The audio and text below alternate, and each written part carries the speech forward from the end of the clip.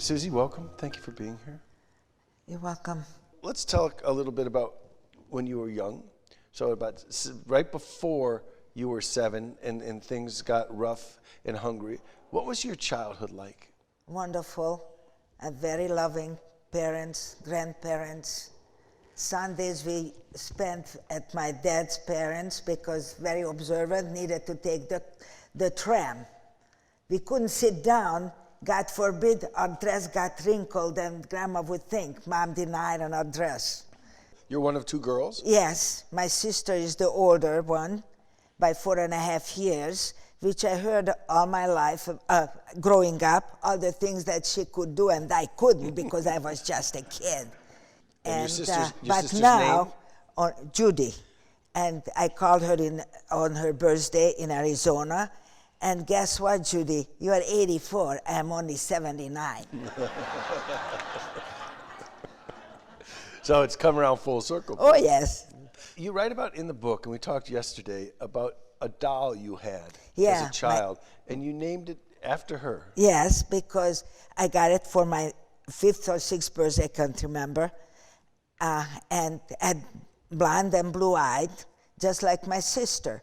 So I had to name her Judy, and now she's at my other granddaughter's, Megan's house in Illinois. It's a nice story. You have a daughter you named after your sister, and for all of us who've had stuff our whole lives, that's nice. But then you think about, you went through a period of time where people lost absolutely everything.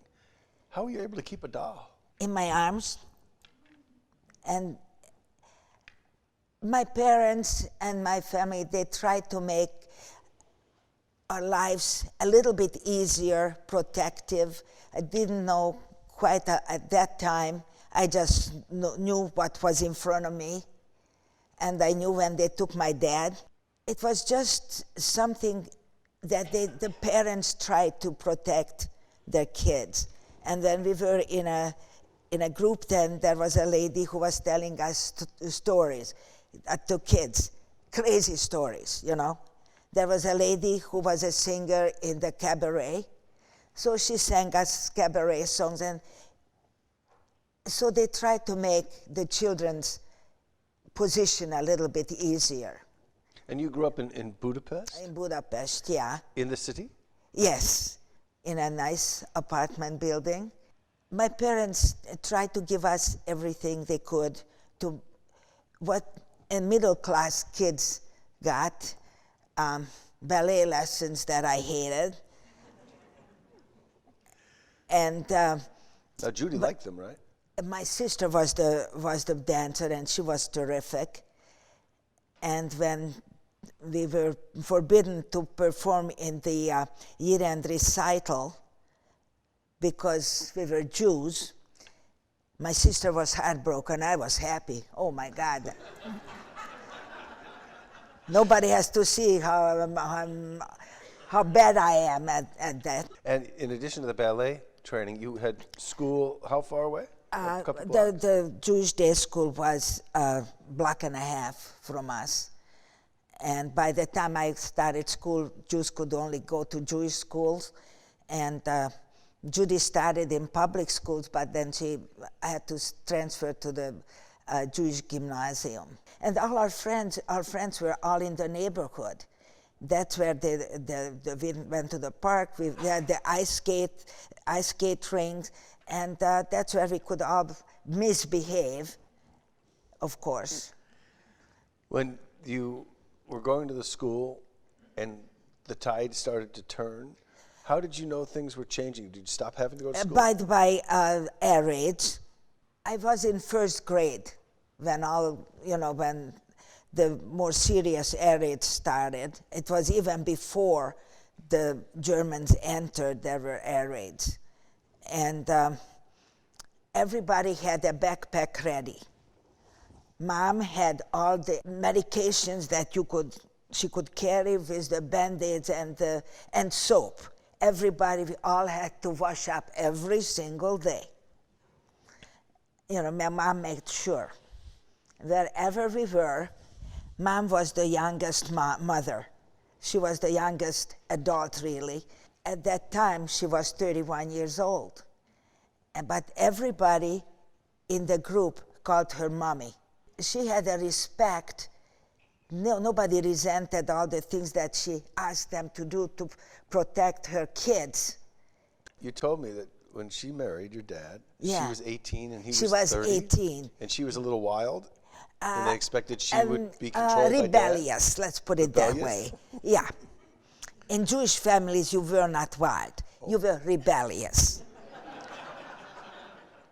And my grandfather found the perfect husband for her, a 30-year-old gentleman from a nice Jewish family, and they figured he was 30 years old, working at the grain exchange, and grandfather thought this 30-year-old will keep the 18-year-old, you know. Guess who was the boss in the family? We learned a lot of good things from her, including how to yell at our kids, and I yelled.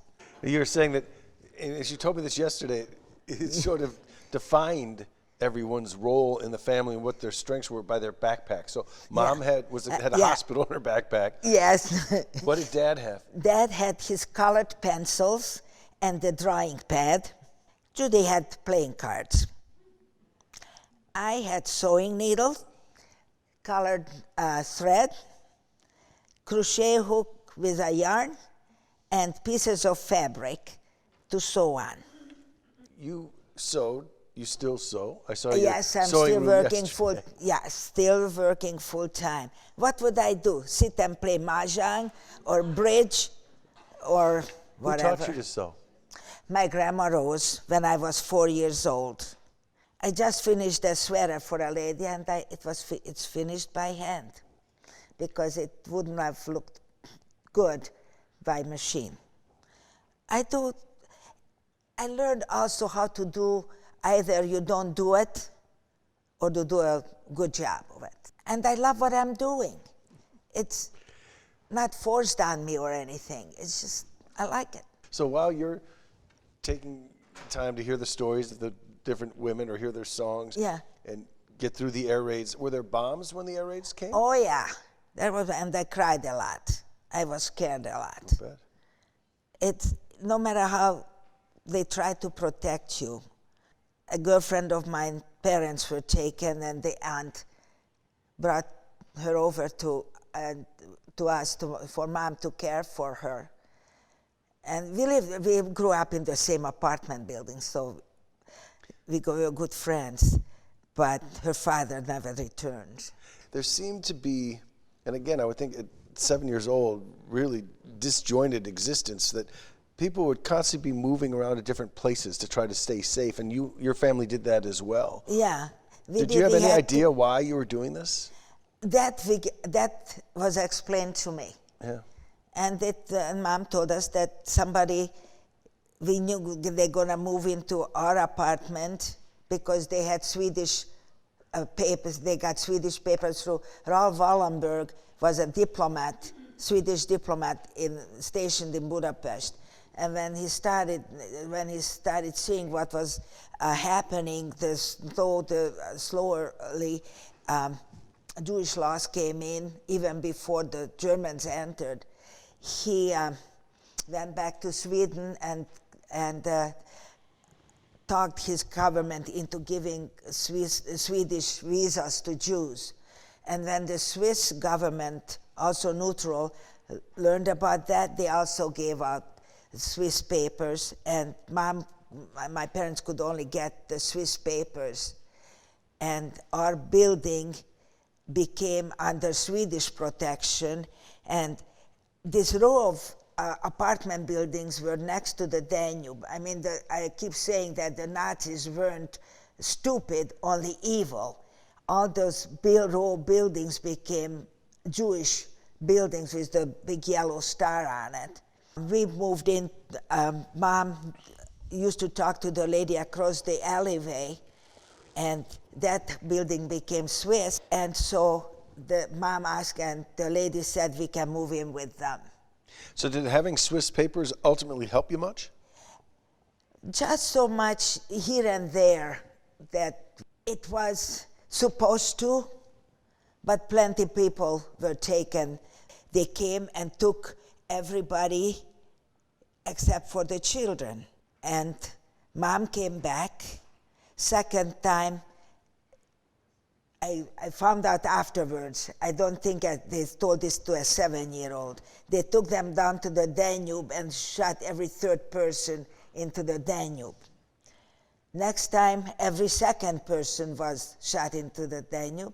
They keep saying somebody up there was watching over us because Mom came back again.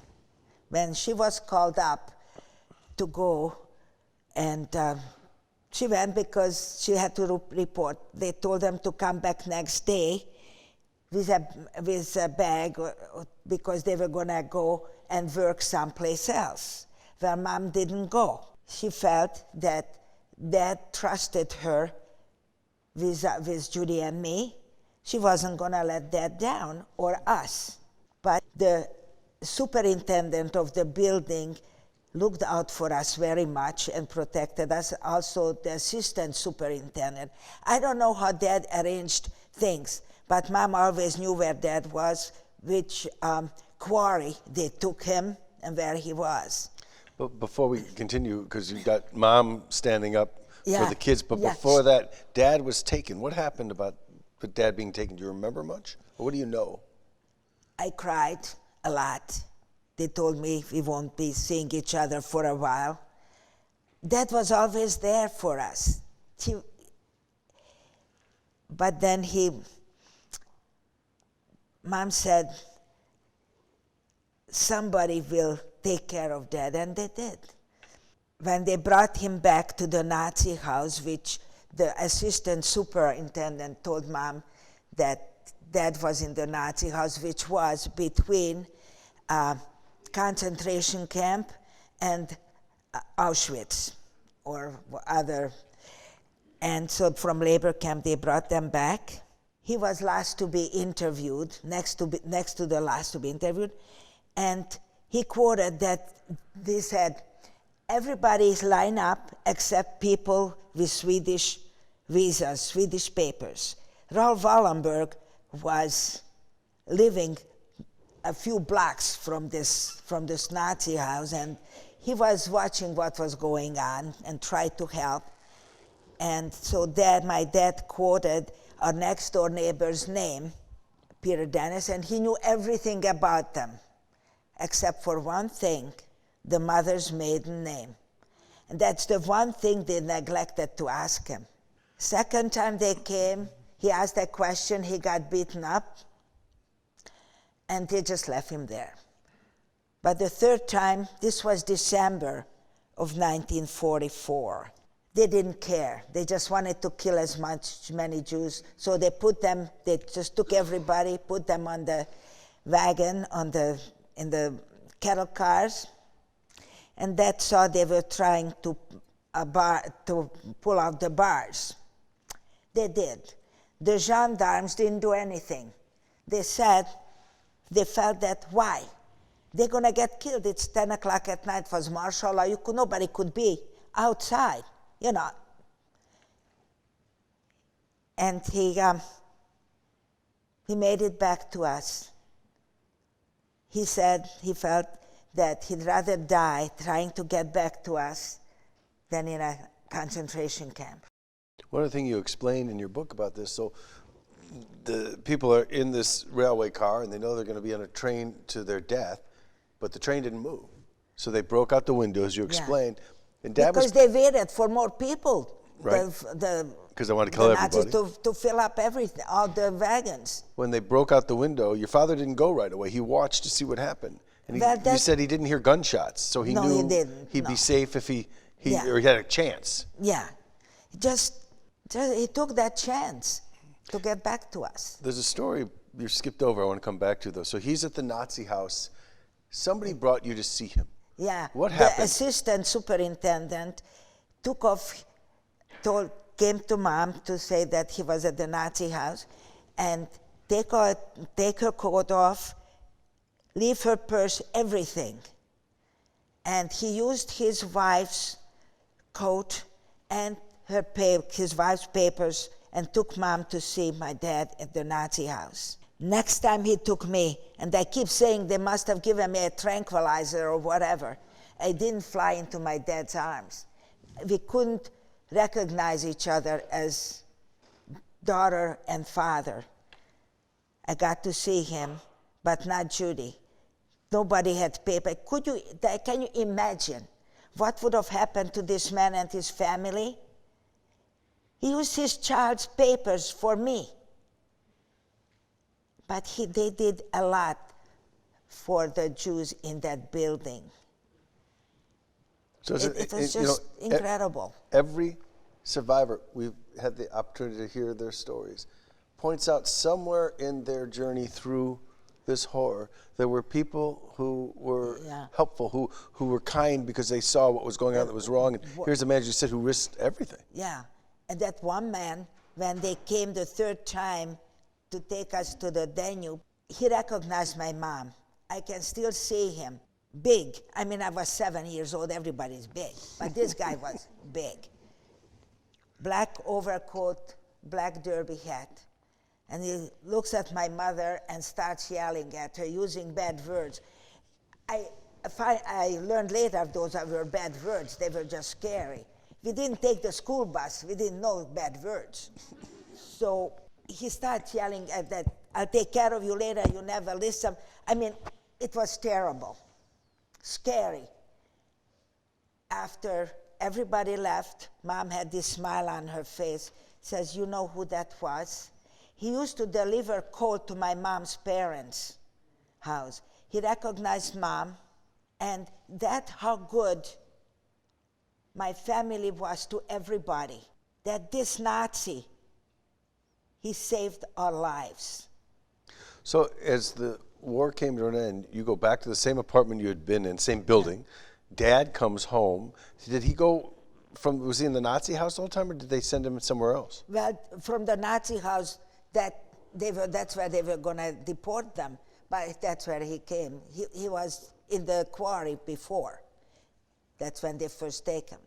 The only person in the family who didn't have to wear the yellow star was my Uncle Victor, Dad's second oldest brother. The oldest brother died in Russia with the Austro-Hungarian army, left behind his wife and 2 kids.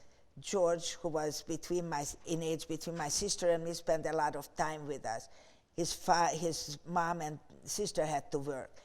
Anyway, what it's in my head always, what it's important that we hear.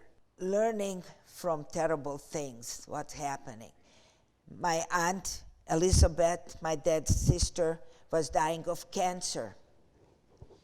My dad's parents were with them. Everybody in the family except us moved in with them so no strangers would be with Aunt Elizabeth and watching her die. But Grandma, my dad's mom, who had several strokes already, was sitting by her side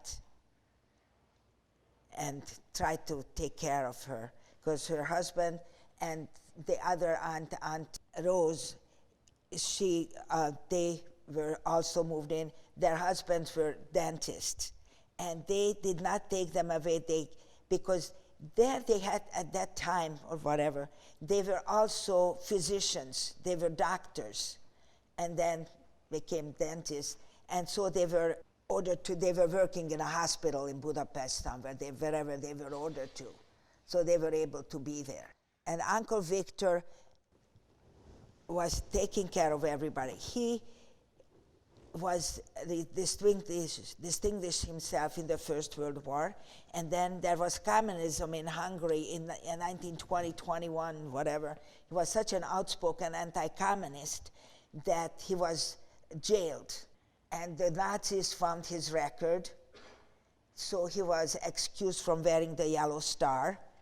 Also, he was blonde and blue-eyed, and so he could go to the stores, get food for everybody in the family, because he wasn't accosted by the Nazis. So he kind of made sure that we all were taken care of. So all along the way, through all the Yeah. horrific, you had little stars shine down upon you. Yes. Victor and the Yeah. super and the assistant And Uncle super. Victor was great. You said you didn't know how at the time, but somehow Mom always knew where Dad was. Yeah, because of the assistant super. I don't know how Dad made that arrangement with him. This guy always knew where Dad was, and any of Dad's friends who were in the same camps, or work camps or whatever, so Dad also sent them. And he knew everything where Dad was and how he was doing, and he's the one who told that he was in the Nazi house. It's just, it was amazing that it was somebody was watching over us, and Mom took us to visit Grandma Rose and Grandpa David. But the Jews could go out. We had a 2-hour time when we could go outside, and we went to see Grandma Rose and Grandpa David. Grandma Rose was wearing her gray Shabbat suit. Her hair was back in a bun. Called me my little flower. That was the last time we ever saw them. And of Grandpa David, my David is named after him. I remember we always did, the holidays was always at their house because we could walk there, and that we went to the same synagogue as my mom's parents. I remember Grandpa swirling a chicken over our heads. I don't know what holiday that was. I just remember the chicken swirling over my head. But Do you continue that tradition today? of course I do. One of the things you told me yesterday, we were talking, and I was actually about the German Nazis, and you said the Hungarian Nazis were actually worse. They were worse. When they took us to the ghetto at the end of December of 1944, after Dad got back to us, the walk to the ghetto was horrendous because our escorts weren't German soldiers. They were from the Hungarian Nazi Party, and the kids, our escorts were between 12 and 17-year-old, terrible. If you had to walk the straight line, you couldn't look this way or that way. If there was a dead body in front of you,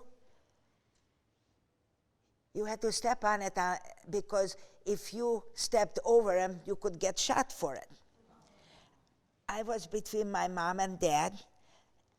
Dad had his other arm over Judy, and when they weren't looking, they tried to lift me over those dead bodies.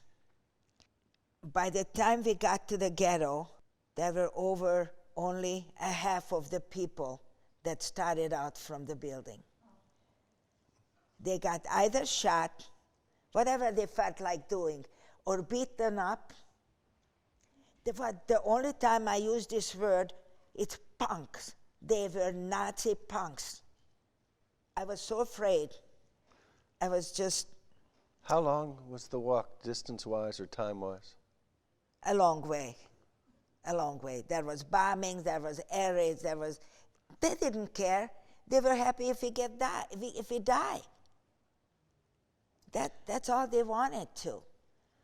It's just every day of my life since I got to this country, I thank them for letting us come here, letting us in.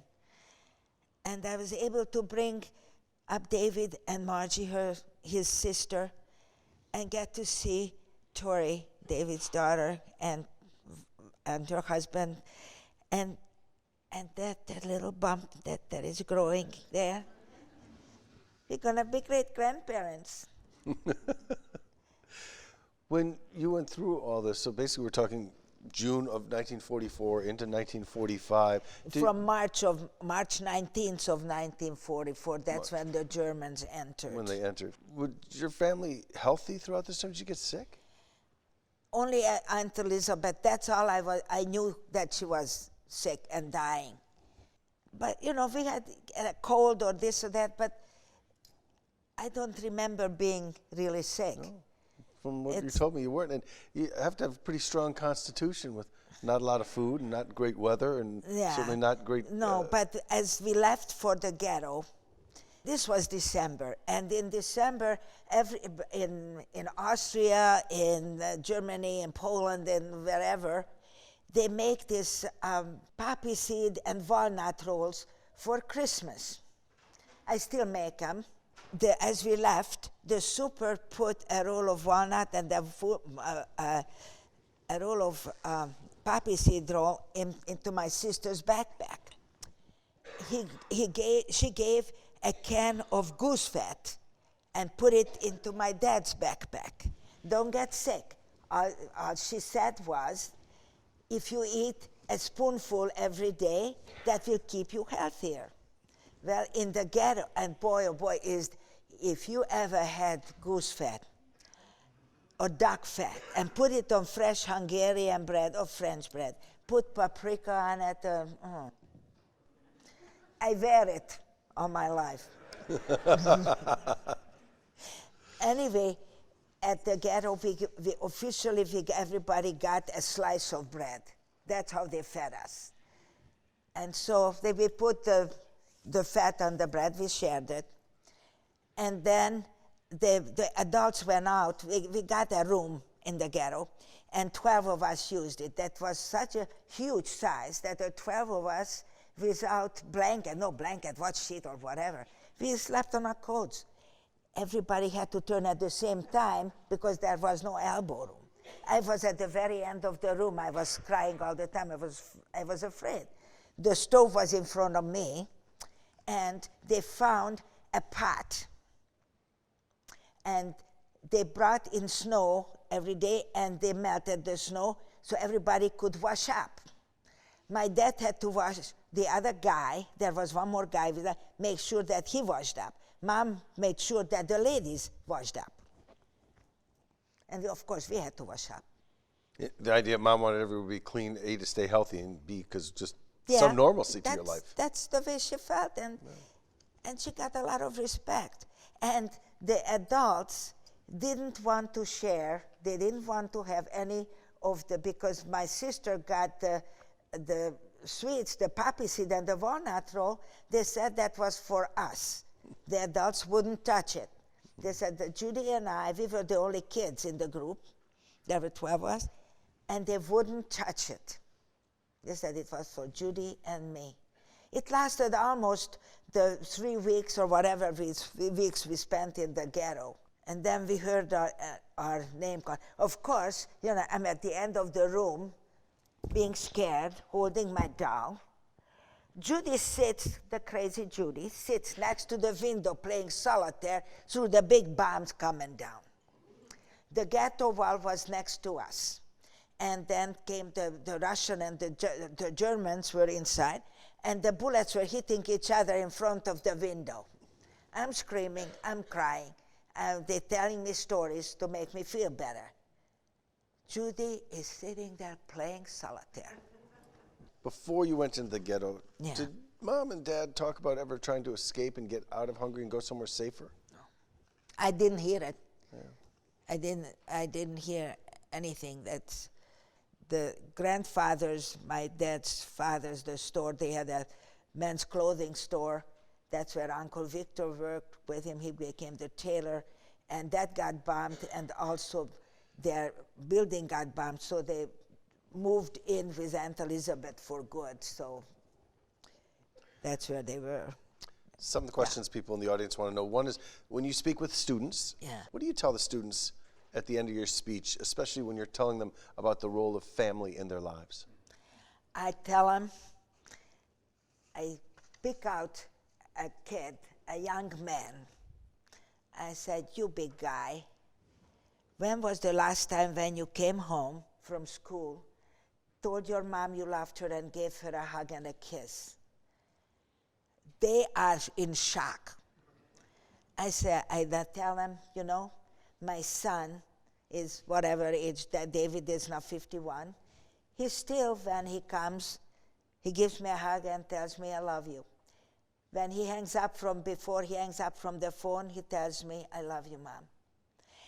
And the girls too. Hey kids, when was the last time you told your mom that you loved her? Do you know what that means? You all have cell phones. When was the last time you called your grandma or your grandpa, family member, and just ask them how they are? Tell them you love them. That those little things, what it meant, Tori, when you call me. It just melts your heart. I'm grateful to God. And believe me, Grandma Rose is watching from up there. And she is the one, my mom's mother, Grandma Rose, is the one who arranged for Bob and me to be on the same refugee bus and meet in Vienna. And we've been married 58 years, June 1st. In the telling of your story in your book, you don't tell it as much about events as you do people. And I think, the heart of this question is how you see your life wrapped up in the stories of the family and the friends you had going through the same experience. It's not what events happen, it's what events happen to the people in the story. I have my best friends, they are all over. The kids that I went to school with, they are all over. They left. They either went to Australia or they are in Toronto or Los Angeles. There are only 3 besides me who speak about their experiences. And why do you do it? Because I have to. I never thought I would, except I was at a Hadassah region meeting, and somehow courage came up, and I brought up my parents and my mom, their courage.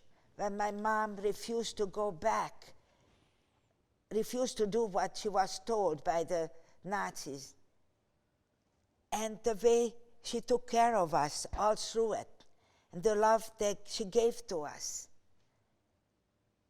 It's something that you don't forget. It's in your heart.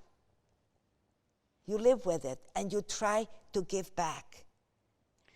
I tried to give love, and I hope I did, to my children and to my grandchildren.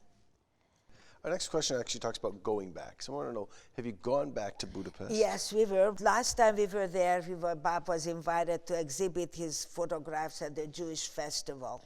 Did you go back to the area that you were as a child? Yes. Is we went to the same? first time I was back, the super was still there. The super was still there. Yeah. Otherwise, we just visited with family. Yeah. And some friends were still there, that my parents' friends. But I saw 1 or 2 friends who were still there. Friends were there for us. But when we were deported by the communists, when we returned, only 2 of my 3 friends would feel safe with me. They were afraid to be with me because we were deported. We actually are only talking about World War II, but when you get past that, your family had to suffer through another tragic period of time where you were also... Exactly, my grandparents, my dad's parents, and Uncle Victor, they moved in with us. We moved into a bigger apartment, and it was great having them with us. Because of the communists also found Uncle Victor's record, and we got deported by the communists.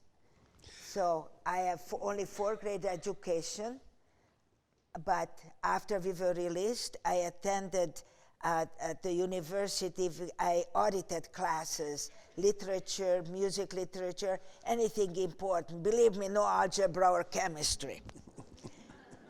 And after the war, I started studying English, and I didn't give that up, because at first we learned German from the nannies who escaped from Austria and that's how they earned their money. So the nursery school teachers were all from Austria, so we learned German. After the war, I didn't want to know one word of German. So I started studying English. And this I have to tell you, I think it might be in my book. As kids, the way we found Russians, and if there is any Russian background people here, excuse me, but we hated them. What we did was, in the Russian class, every one of us cheated whatever we could on our exams. That's the way, as kids, fought the communist Russians. Well, that's a nice segue to my next question about resistance. Yeah, that was our resistance. That was your resistance. The question, we talked about the train going to Auschwitz, that your dad escaped from it. Yeah. The question is, do you know when that was? December 1944. At that point, your parents knew about the death camps? Oh, yeah. By the time the Germans entered Budapest, Hungary was the last country that they entered. So they came down from Czechoslovakia, from Poland, from Austria, from all over, and they knew the stories. Another question I do, we talked about some of your relatives. Can you tell us, in general, do you know numbers? How many of your family survived and how many didn't? Well, my mom's whole family were killed. And in 2003, I was going on a Hadassah mission to Israel. 3 weeks before I left, I got a call from my cousin George from Seattle. That's where he ended up. And that somebody was looking for us in Israel. Well, it turns out one of my mom's cousins' 2 sons survived. They ended up in Israel, and after they retired, they started to look for family. And one remembered mom's married name. So that's how they found George in Seattle. So what was your family name and how did it change? Edelman, with an E, not the A, with an E.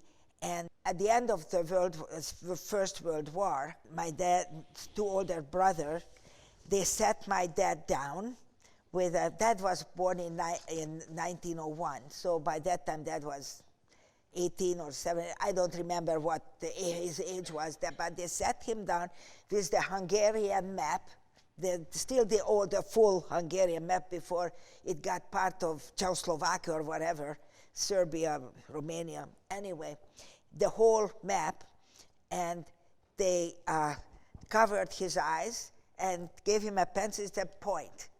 And there was a small, it was Koshai, that's what the name was of the village, which here they say Kosali when they came. And so that's how they became. They changed their name from Edelman to Kosali. And this way it was easier for people, the minute they met like Uncle Victor, his blonde and blue-eyed, didn't have the Jewish name. He got away with a lot more than any of us could. He got married, by that time his parents were gone, and after we were deported by the communists after that. You mentioned as a kid on Shabbat, you would walk to your grandparents. On Sunday, you could take the tram because it wasn't Shabbat, and you went to synagogue. So you were somewhat religiously observant. My grandparents were very observant, but my grandmothers didn't have to wear the wig. Mm-hmm. They were observant with a kindness, with an acceptance that people were not quite as observant as they are, and it's with an acceptance. They didn't like it, but they accepted it, that this is what it is. Another question, and this may be a good one to wrap up today. Yeah. That our questioner watched the movie The Pianist yesterday and watched throughout asking the question, God, how could you let this happen? And the question for you is, did you ever ask this question, or how often did you ask it? And what kind of answer have you come to? This is life. Sometimes terrible, sometimes good. And I just want to say one more thing. I got a wonderful daughter and a fantastic son-in-law living in Arizona. It was too expensive to fly here for this. but my son David is here, and his daughter Tori and Eric, and of course my Bob is here, who makes my life incredible. As I said, Grandma Rose arranged it, but I am happy, grateful to this country, to the synagogue, to my friends who are there for us, whatever comes our way. Thank you, and thank you. Thank you.